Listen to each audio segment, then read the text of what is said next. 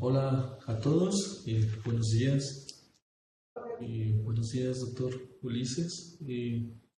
A nombre del Comité de Seminarios agradezco su asistencia. El doctor Ulises va a dar una plática sobre la capa monogénica cuaterniónica, ¿sí? Redes neuronales convolucionales, modelos profundos más robustos frente a cambios de iluminación. Eh, Voy a leer una pequeña semblanza del doctor Ulises Moya Sánchez. El doctor Ulises es director de Inteligencia Artificial de la Coordinación General de Innovación del Estado de Jalisco, siendo el primer director de esta área en la Administración Pública en México.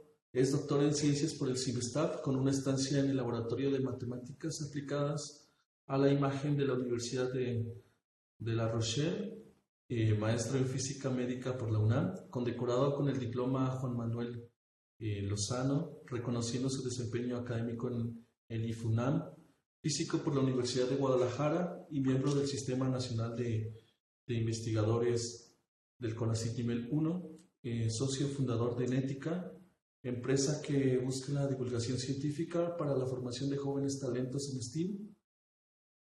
Recientemente colaboró en el Centro de Supercómputo de Barcelona en el grupo de inteligencia artificial de alto desempeño en proyectos de Deep Learning para retinopatías. En 2019 fue reconocido con la beca Fulbright García Robles para colaborar con el Quantitative Bioimaging Laboratory de la Universidad de Texas en Dallas y en la Universidad de Texas del Centro Médico Southwestern. Sí, entonces pues para nosotros sinceramente es un honor que haya aceptado, doctor, dar esta charla, y a los asistentes les recuerdo y les pido por favor mantener las cámaras apagadas, y si tienen alguna pregunta o duda dejarla en el área de comentarios ahí en el chat de aquí de Blue Jeans, y al final de su charla pues se las voy a hacer llegar las preguntas.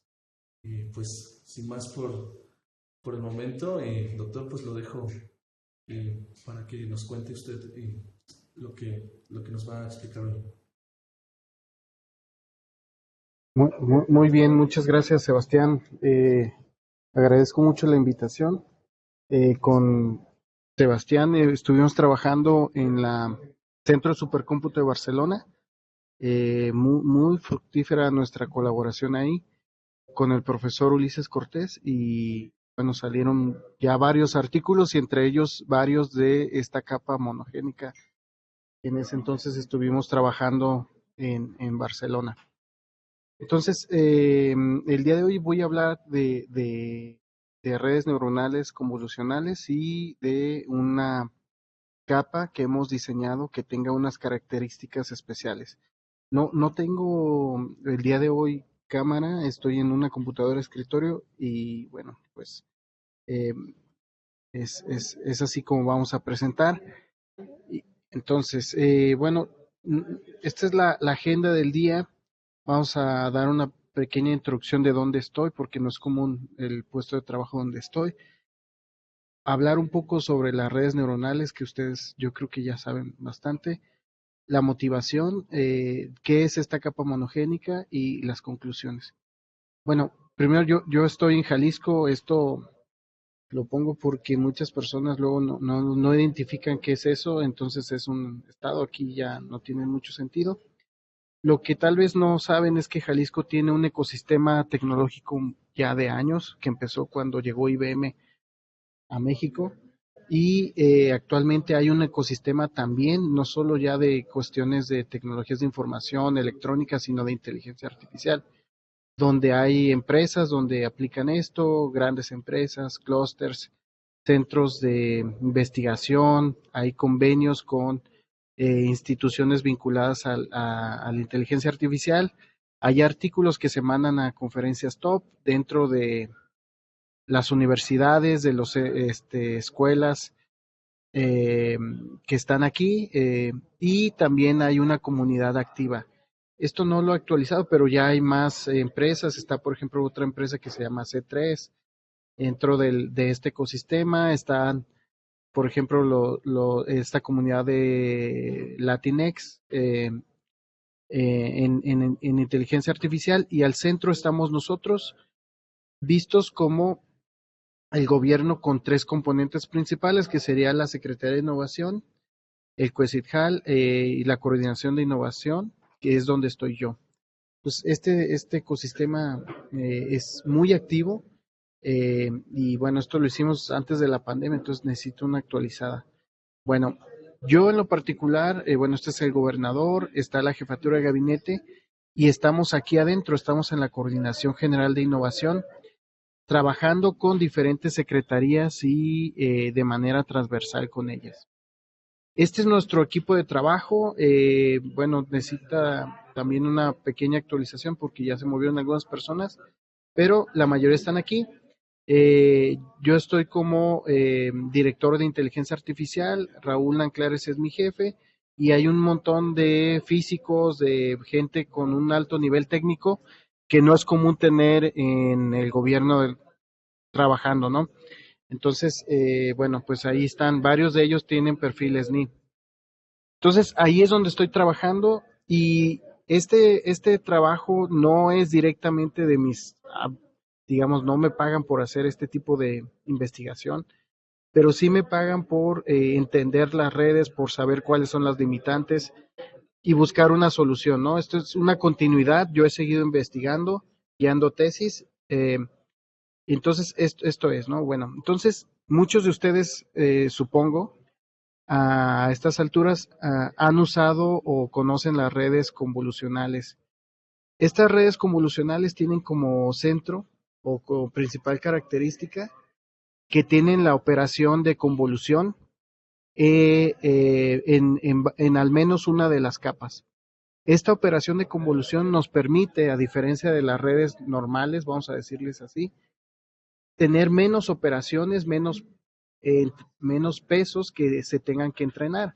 Entonces, si tuviésemos una imagen de 32 por 32, pues, o vamos a decir de 30 por 30, o sea, tendríamos 900 elementos que tendrían que estar conectados todos contra el siguiente nivel. En cambio, de esta manera, nosotros podemos crear menos conexiones y además conexiones que tengan sentido con su vecindario y demás cosas.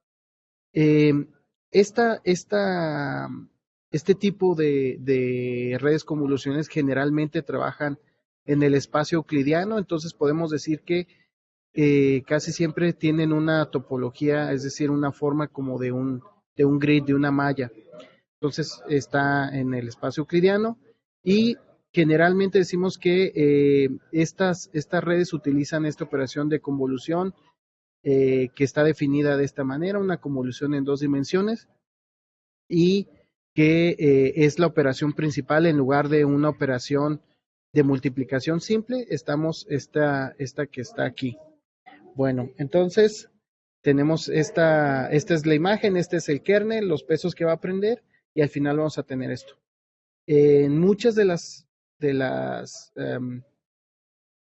librerías que se usan actualmente de los frameworks, este signo cambia por un más, entonces eso ya no es convolución, sino es cross correlation, pero bueno, eso es otra discusión que no creo que vaya en este momento. Estas son las capas comunes de una capa convolucional o las partes. Se tiene una parte afina, una transformación afina, una función no lineal y generalmente un pooling. Esto es como estaba definido anteriormente en este libro de Deep Learning Book, que pueden acceder a él libremente, ¿no? Estas redes convolucionales, pues básicamente han podido tener desempeños muy buenos en el trabajo que hemos estado desarrollando. Bueno, esto me lo voy a brincar, esto es lo que generalmente hacemos aquí, pero luego voy a volver a él. Y tienen, pues, digamos, aunque tienen un desempeño muy destacado, también tienen otro lado de la moneda. O sea, son muy buenas, pero fallan. Ustedes pueden encontrar de qué manera fallan. Bueno, aquí dice inteligencia artificial, pero prácticamente todo esto es deep learning. Eh, ¿Cómo fallan en esto? Una de las principales fallas es que son frágiles. Son frágiles a este tipo de ataques como lo que están viendo aquí, donde una señal de stop, si nosotros les agregamos unos cuadros blancos o negros, pues esta señal ya aparentemente para la máquina puede significar otra cosa totalmente diferente.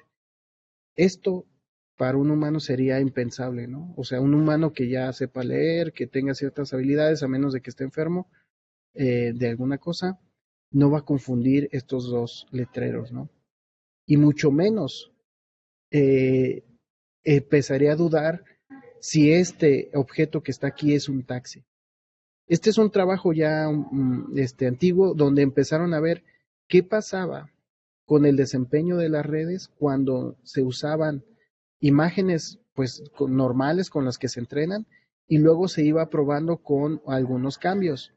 Por ejemplo, en este fue un cambio de contraste y podemos ver cómo el desempeño va desde, no sé, 97% de esta GoogleNet, que ya yo creo que ustedes ni conocen, pero es como la antecesora del Inception, y llega de un 97, baja a un 34% de desempeño. O esta que tiene, también yo creo que ya no la conocen, Café, 73% de desempeño y llega a menos de un 1% de desempeño para saber, o de confianza para decir que esto es un taxi. O sea, se ve seriamente afectado el desempeño por un cambio que, pues, yo no creo que muchos humanos tengan problemas para decir que esto es el mismo objeto.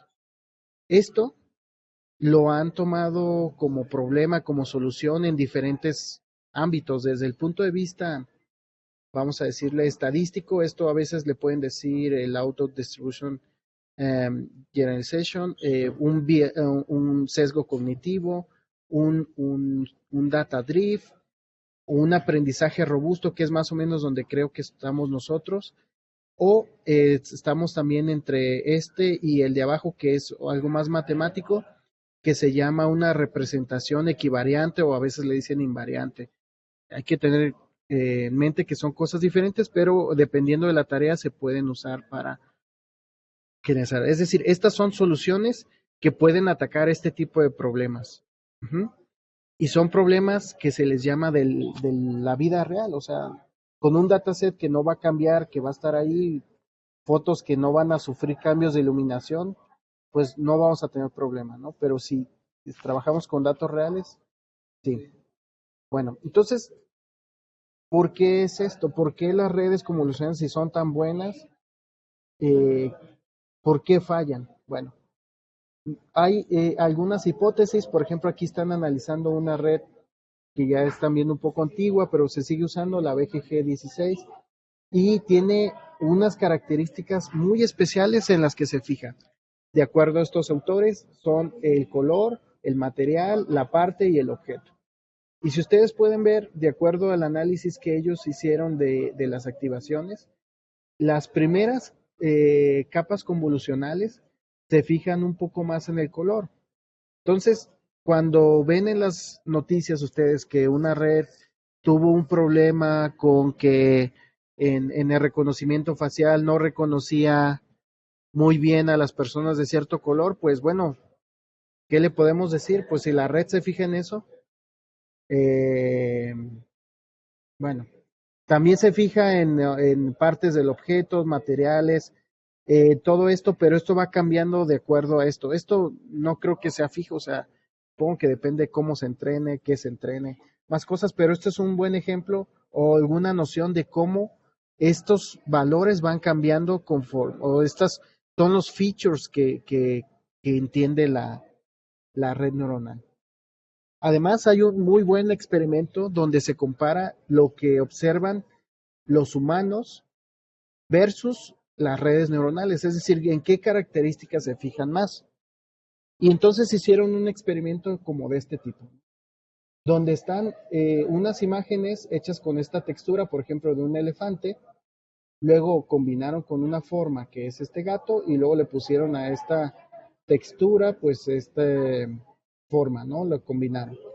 Esto, pues la red piensa que es un elefante, pero si le preguntamos a un humano con diferentes formas, vemos que básicamente el 90% de las veces, 90 y tantos, los humanos deciden que estas figuras que están viendo aquí, un barco, un avión, un oso, estos animales, los define su forma.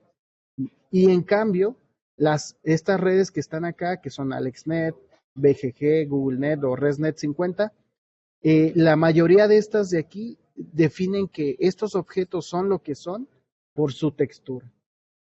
Entonces, si tenemos problemas o sesgos o cosas así, bueno, posiblemente vengan de aquí, ¿no? De las cosas de las que se fijan. Bueno, esto no es nuevo que nosotros sepamos que los humanos o bueno, los mamíferos nos fijamos más en ciertas características de las imágenes. Quienes hayan visto visión computacional antes del deep learning, pues se acordarán que uno andaba buscando siempre líneas, bordes, esquinas, cosas de ese tipo. Y esto ya venía, es conocido por estos dos investigadores que ganaron el premio Nobel. Y este es el experimento que hicieron con unos gatos donde vieron que ciertas regiones del cerebro se activaban con líneas que están viendo aquí a cierta orientación. Y si esta orientación cambiaba, la activación en una parte del cerebro que se llama V1, pues cambiaba. Y estos que son más gorditos, pues se representan como si fuesen los bordes. Entonces fueron haciendo estos experimentos y entendimos un poco mejor cómo veían, bueno, los gatos, pero creemos que eso también corresponde a los mamíferos, ¿no? Ok, entonces estas características son las más importantes para la visión humana. Entonces, nosotros estuvimos trabajando con esto, con esta bioinspiración, para hacer lo mismo. Es decir, ver líneas y bordes en ciertas orientaciones, ¿no? Ciertos ángulos. Entonces, esto lo hicimos con una maquinaria, con una herramienta matemática que no es común, la gente regularmente no usa esto, a lo mejor dicen que ya es medio pasado de moda, pero usamos unos objetos que se llaman los cuaterniones. Y en esos cuaterniones usamos una transformación que se llama transformación monogénica. Esta transformación monogénica se conoce en algo que se llama las álgebras de Clifford y básicamente son aquellas soluciones de las ecuaciones de Cauchy-Riemann. Y ese kernel que estamos viendo ahí es el que usamos en combinación con otro filtro para esto, ¿no?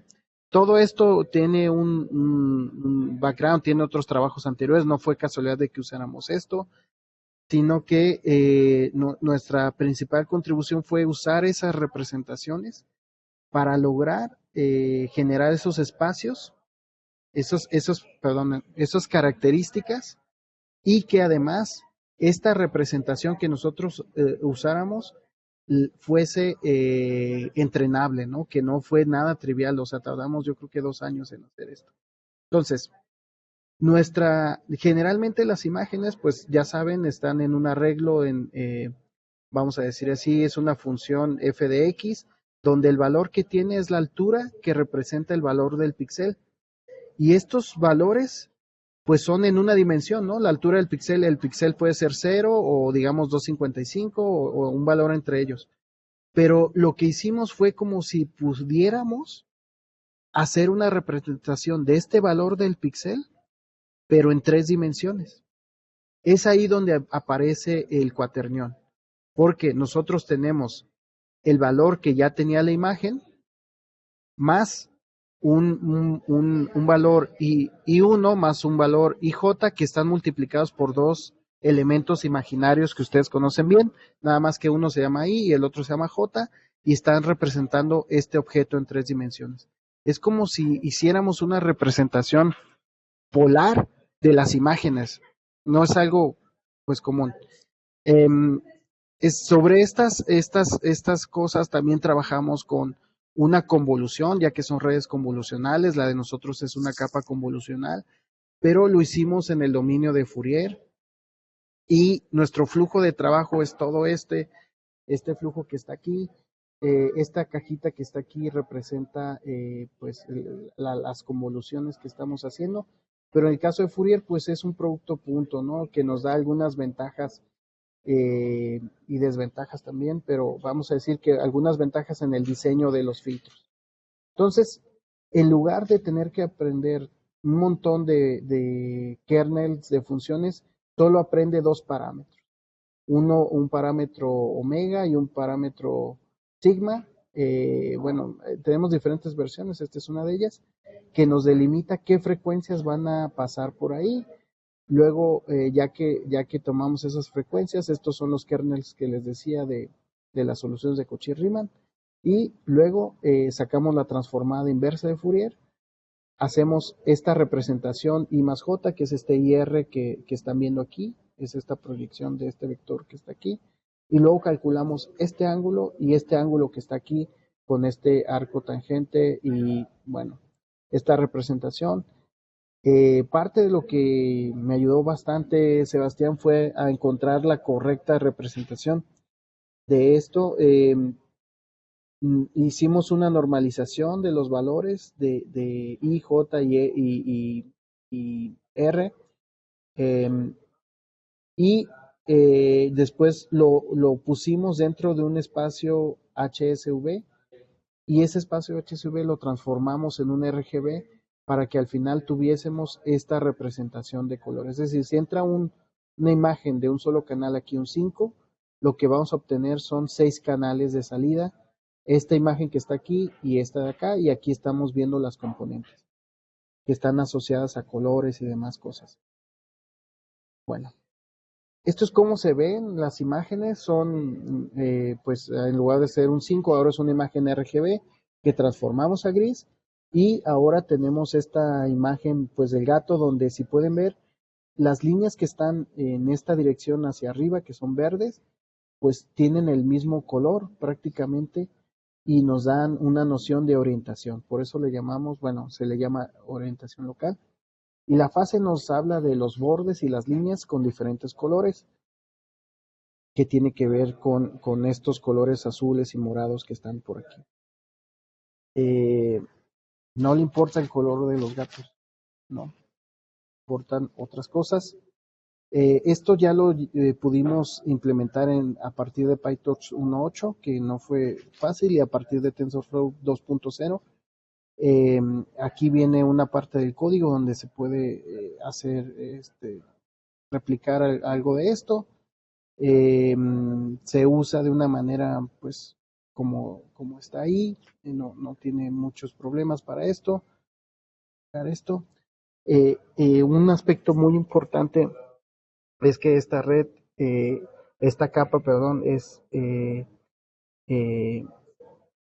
se puede,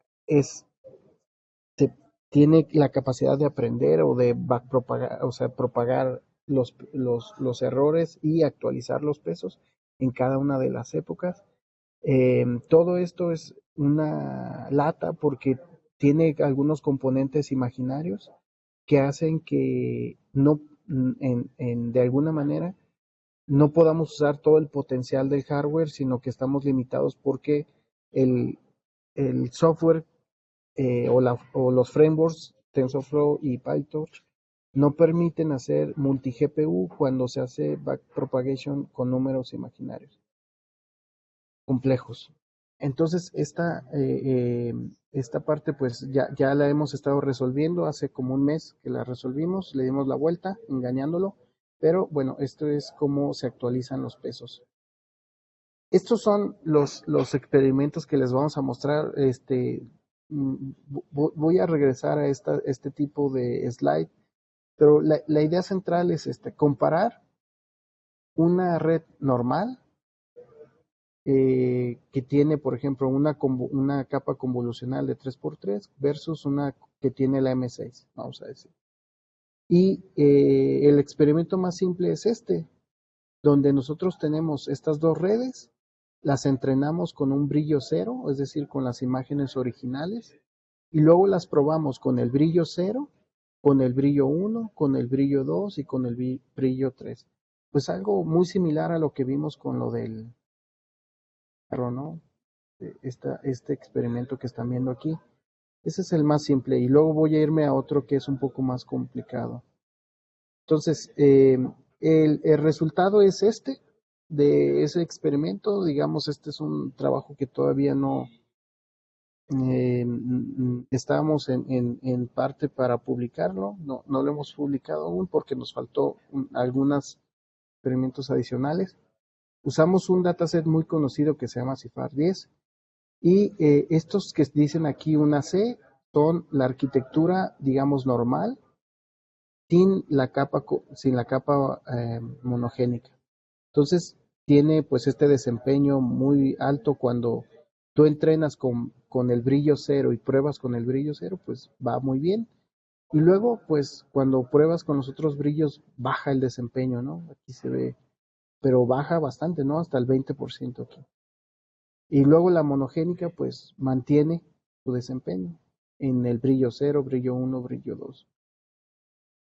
Cuando pues, ponemos otras arquitecturas más profundas, tenemos hasta la ResNet 18, creo, pues este fenómeno disminuye, o sea, esta pérdida disminuye, pero aún así el de nosotros pues tiene un efecto, pues, y ya se ve ahí. Entonces este experimento ya lo vieron, tiene esa condición. Bueno, estas son otras arquitecturas que no, con otros datasets. Ahora viene este. Este experimento es un poco diferente porque intentamos no solo entrenar con un B0, sino entrenar con B0, con B1, con B2 y B3. Esto nos da pues 4 posibilidades, es decir, entrenamos con este y probamos con todos los demás. Entrenamos con D1, con el cambio de 1, con la degradación de 1, de 2, de 3. Y en lugar de cambiar el brillo, esta vez cambiamos el contraste, que son estos cambios de aquí. Pues los que sepan, no es lo mismo el cambio del brillo y el contraste. Tienen diferentes implicaciones. Y tenemos 3 tipos de contraste. Uno de ellos que se llama el cambio por Haze. Otro por el cambio de escala y otro que es el cambio que nos da por default, digamos, TensorFlow. Entonces este es el cambio de TensorFlow, el cambio de escala y este es el de niebla, ¿no? Que se hizo, que se simuló de alguna manera en el mismo grupo de imagen. Entonces, vamos a enfocarnos en estas gráficas de aquí primero, ¿no? En alguna. Estos resultados representan en una sola barra lo mismo, ¿no? Pero están en unas cajas y bigotes donde pues vemos el máximo, el mínimo y de alguna manera vemos cómo si la caja es grande significa que pues el valor máximo y el mínimo están muy separados, ¿no? Si las cajas son pequeñas, pues significa que son pequeñas. Entonces todas estas cajas son relativamente grandes. Este es otro approach que comparamos. Y esta es nuestra red, digamos, la misma red, pero con M6. Si pueden ver, pues en todos los casos, pues comparado con las redes convencionales, estas son más robustas, es decir, no hay muchas variaciones en su desempeño. ¿Okay? Las líneas que están viendo aquí representan el máximo valor en el entrenamiento.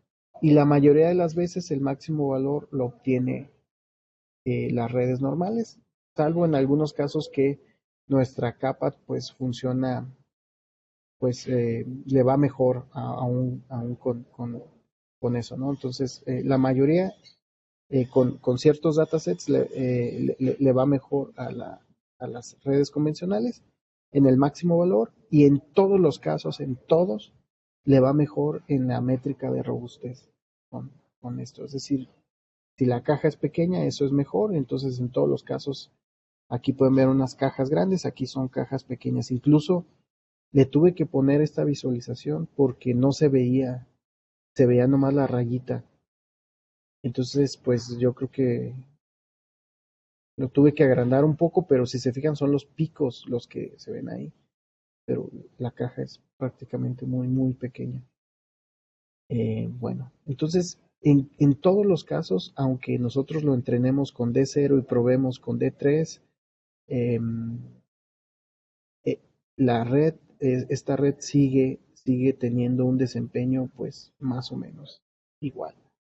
Y en este no, nosotros podemos ver que cuando entrenamos con D0 y probamos con otro, pues cambia. E incluso cuando entrenamos ya con imágenes degradadas, pues el desempeño baja significativamente. Bueno, esto es algo, aquí están eh, los entrenamientos, las pruebas, cuando se entrenó con D0, cuando D1, D2, D3, esto es así. Y esta es otra arquitectura un poco más profunda donde podemos ver que aunque nosotros solo estamos cambiando la capa inicial, la capa de entrada, eh, esa capa como esta red, por ejemplo, que es la ResNet 18, que propaga, digamos, que tiene esta peculiaridad de su estructura residual, manda los fichos a otras capas y aparentemente le gustan. Vean aquí, tiene un buen desempeño, a pesar de un desempeño más alto que esta de acá, con estos datasets, con el CIFAR 10 y con el dataset de perros y gatos. ¿Mm? Bueno, este es un otro experimento cuando se comparó contra entrenamiento adversario, nada más cuando se compara con el cambio de brillo. Entonces, estos son entrenamientos adversarios, son muy, muy, muy potentes y digamos que aquí, bueno, tenemos este experimento, digamos, la red normal y luego la red en su versión robusta, es decir, en este caso la red entrenada en versión adversaria y en nuestro caso la red con una M6 al frente. Cuando nosotros hacemos esto, el desempeño pasa de 88 a 99, este de 88 a 98, este pues le va un poco mal. Y aquí nos pasó algo raro cuando nosotros hicimos el entrenamiento de la red normal, de la misma red, de la ResNet 50, con esto, no sé por qué nos dio 33, pero nos debía de haber dado 55, algo raro. Entonces ya después lo corrimos y no lo actualizado, también nos da casi 55. Y cuando nosotros le cambiamos a este valor, pues nos da 53, aquí nos da 50. Supongo que debimos de haber entrenado mejor este otro experimento, pero en general el, la, la tendencia que nosotros tenemos cuando hacemos estos experimentos es que es robusto este modelo cuando usamos la M6. Esto es el desempeño que tiene o el gasto computacional. Una red normal, o sea, siendo con el mismo dataset, gasta unos 4 microsegundos en promedio. La de nosotros gasta 16 y aquí pueden ver en qué gasta más. No la hemos optimizado. Entonces creemos que puede bajar un poco, pero por el momento esta es la distribución que nos da PyTorch. Cuando le preguntamos en qué se gasta más, creemos que es en los cálculos de las transformadas de Fourier. Bueno, tenemos otras posibles aplicaciones, hipótesis que no hemos podido comprobar. Estamos ya cerca de comprobar esto, pero eh, cuando tenemos una red que decide, que clasifica entre un hombre y una mujer, creemos que esta capa, si la ponemos al frente y la entrenamos bien, va a poder disminuir los sesgos que hay entre pues el color de piel, porque pues no usa esa feature, ¿no? pues es una hipótesis que tenemos ahí, o sea, usa otras features. Esto es un problema real y ya se ha cuantificado con este paper que está aquí. A lo mejor conocen a esta investigadora que la corrieron de Google cuando publicó otro artículo sobre ética ahí en la empresa. Esto es algo que comúnmente hacemos. ¿Qué pasa si yo, en lugar de solo hacer tareas de clasificación, le pongo encima de una red que a lo mejor conoce que se llama YOLO? Y en lugar de YOLO le pongo un YOLO monogénico, entonces aquí detecto el auto y acá, aunque tenga un cambio de iluminación, lo va a detectar. Y bueno, estas son parte de las aplicaciones. Bueno, de manera general, las conclusiones que tenemos hasta ahora es que, bueno, nosotros los humanos, los mamíferos, somos muy resilientes, resistentes a cambios de iluminación, a varias rotaciones, a más cosas. Pero muchos de los sistemas de Deep Learning no lo son. Hay una solución para esto que es hacer el Data Augmentation, pero es imposible hacer todo el Data Augmentation de todos los casos, ¿no? Entonces, nosotros, por ejemplo, si tenemos, comparen cuando ustedes tienen problemas, o bueno, más bien, no existen problemas graves en los modelos cuando hay traslaciones. Esto no es porque hacen data augmentation, sino porque las matemáticas de la convolución nos dicen que hay una equivarianza a las traslaciones. Entonces, no todo viene del data augmentation, o sea, pues no es la única solución. Ok. Esto es lo que pongo en el segundo punto, donde digo que a aprender y generalizar no solo se trata de los datos, sino también de su representación. Y nosotros intentamos darle una solución a esto con esta capa bioinspirada. O sea, ya las redes neuronales son bioinspiradas, pero esta es, digamos, todavía más, ¿no?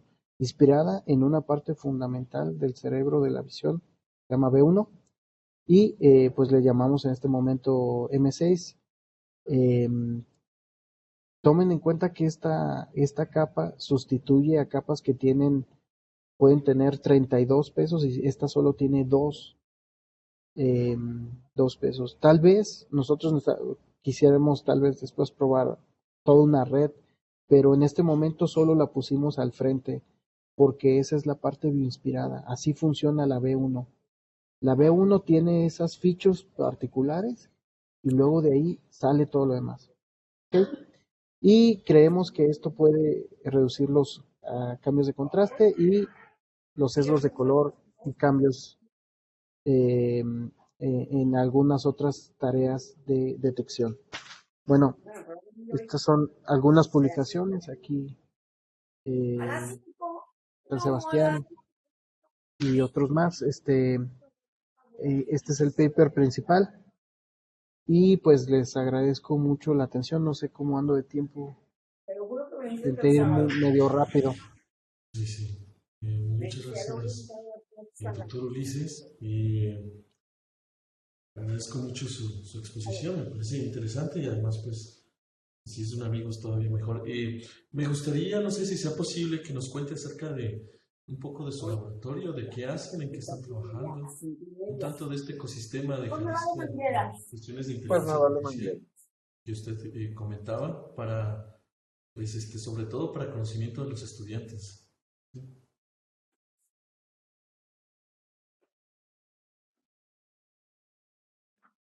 Sí.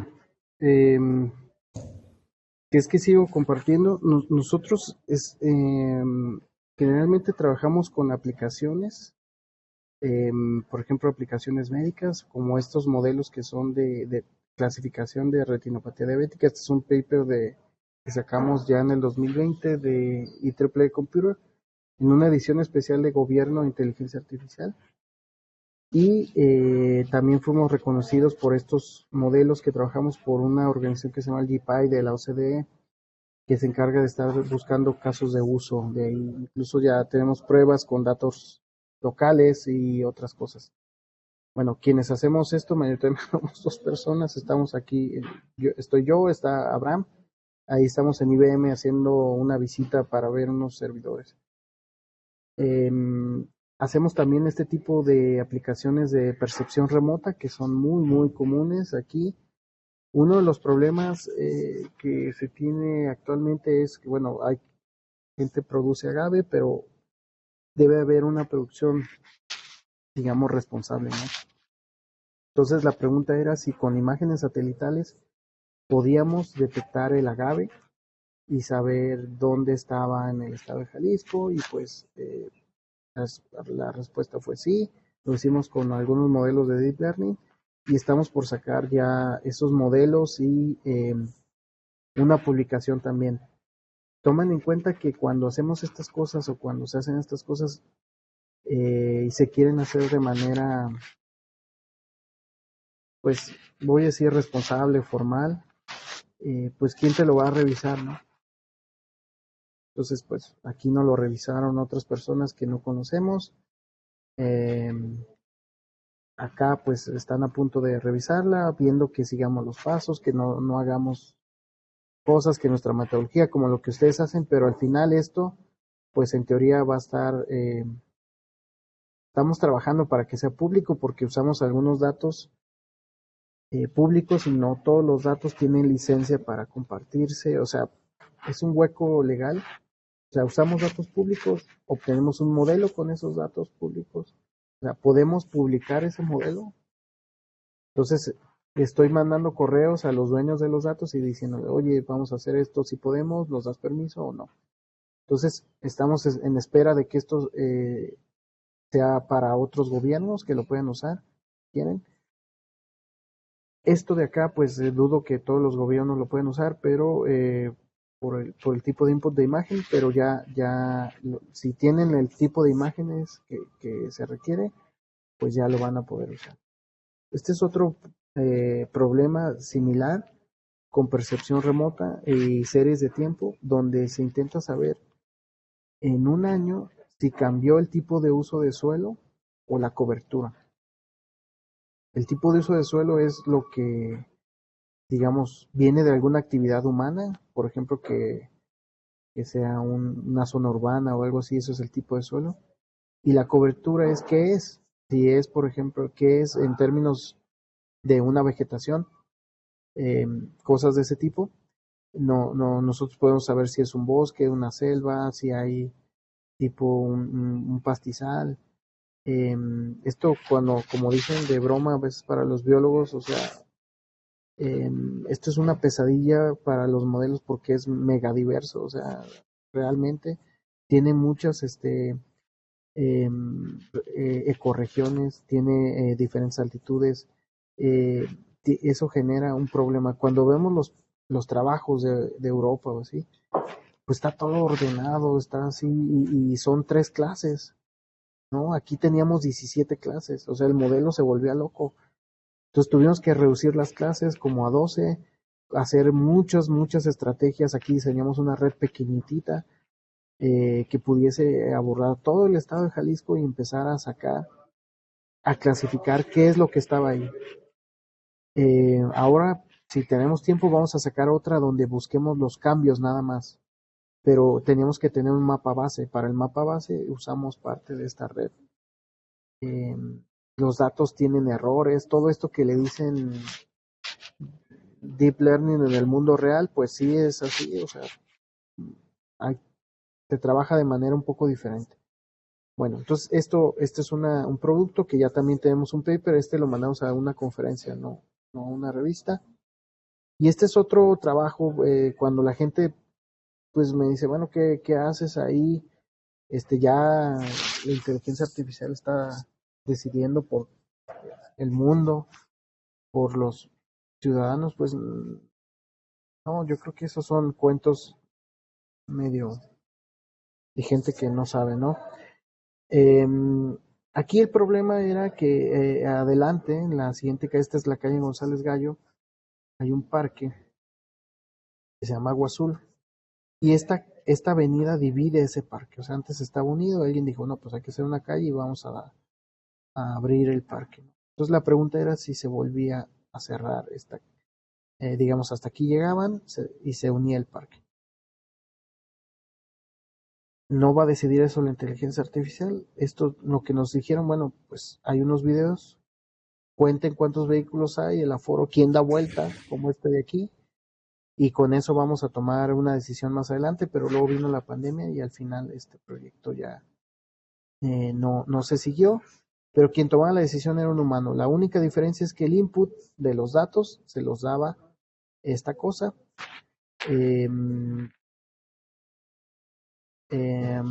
Trabajamos también con un método más técnico para generar estas zonas que ven aquí de conteo, de creación.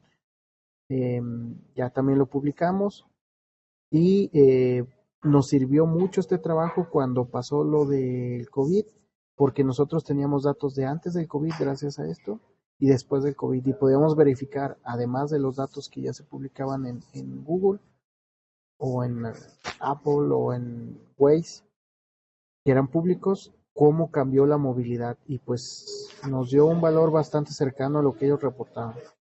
Entonces, digamos que una manera gruesa de validar los números y después validamos de manera aleatoria algunos segmentos, ¿no? Pero bueno, funcionó para lo que nosotros estamos trabajando.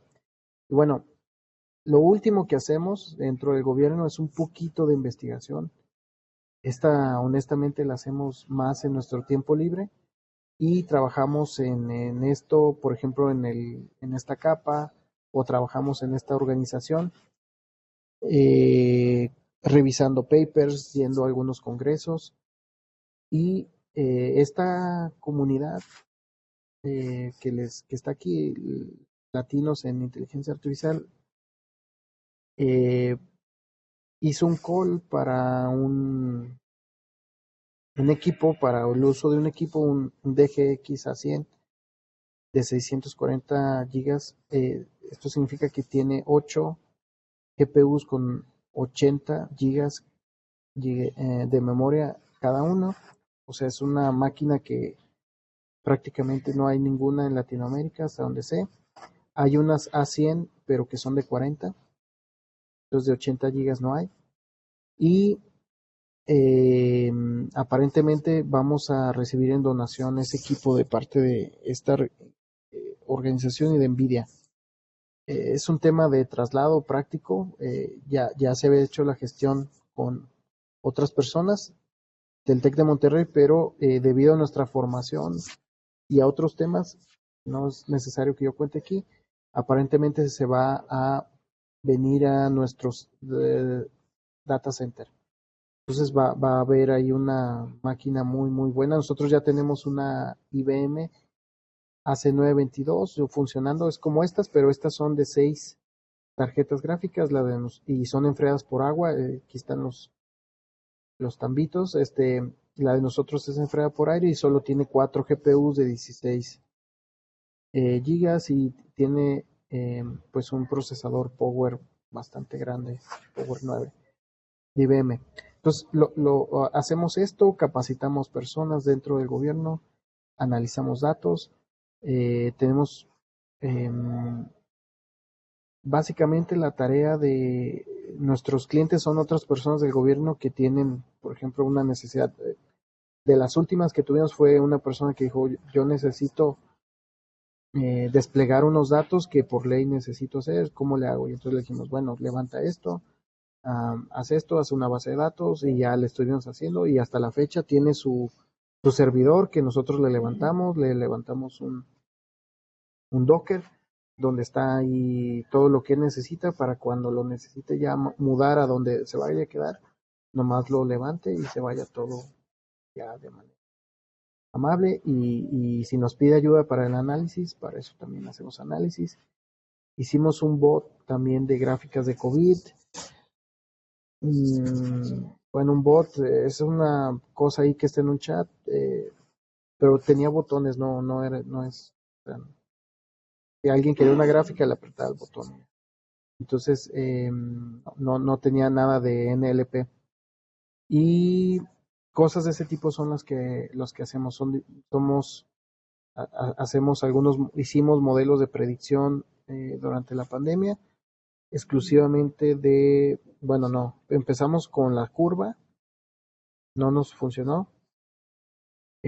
como a muchos, y luego ya nos fuimos directamente a hacer proyecciones de corto plazo para capacidad hospitalaria, que era lo que teníamos que hacer. Y bueno, eso sí, nos dio gusto porque sí ayudábamos a la toma de decisiones con esto. Se abrían o se ampliaba la capacidad de acuerdo a esto y estuvo trabajando con un margen de error bastante aceptable.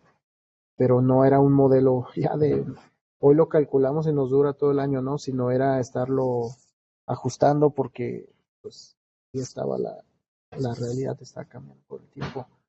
Espero que esto les dé una idea de lo que hacemos y creo que no es común lo que estamos haciendo acá en este gobierno y tal vez en otros gobiernos ya lo estén haciendo, pero no conozco muchos grupos. ¿Mm? Muchas gracias, doctor Ulises. Me gustaría preguntarle si, de acuerdo a su experiencia, usted considera que el área de investigación de la óptica puede verse beneficiada por estos avances de inteligencia artificial. Sí, y yo creo que sí. Prácticamente está contaminando positivamente todas las áreas de investigación, incluyendo la óptica. Yo he visto varios trabajos ya sobre polarización, sobre algunas metodologías y involucran técnicas de deep learning combinadas con la óptica y se pueden encontrar muchos de estos, digamos, lo que antes se hacía modelando y esto ahora se puede hacer también utilizando estos modelos y pueden llegar a hacer cosas muy interesantes. Hay grupos de física y de deep learning que resuelven ecuaciones así o de matemáticas, otros que buscan, por ejemplo, ya aplicaciones muy particulares que son, por ejemplo, búsqueda de nuevas estructuras, puede decir tal vez estrellas o galaxias en los telescopios de ciertas características o clasificar. Todas estas tareas son tareas que son genéricas, o sea, si ustedes tienen problemas de clasificación, regresión, eh, de modelado de los datos, o sea, de qué es lo que está haciendo ahí, estas herramientas son muy potentes.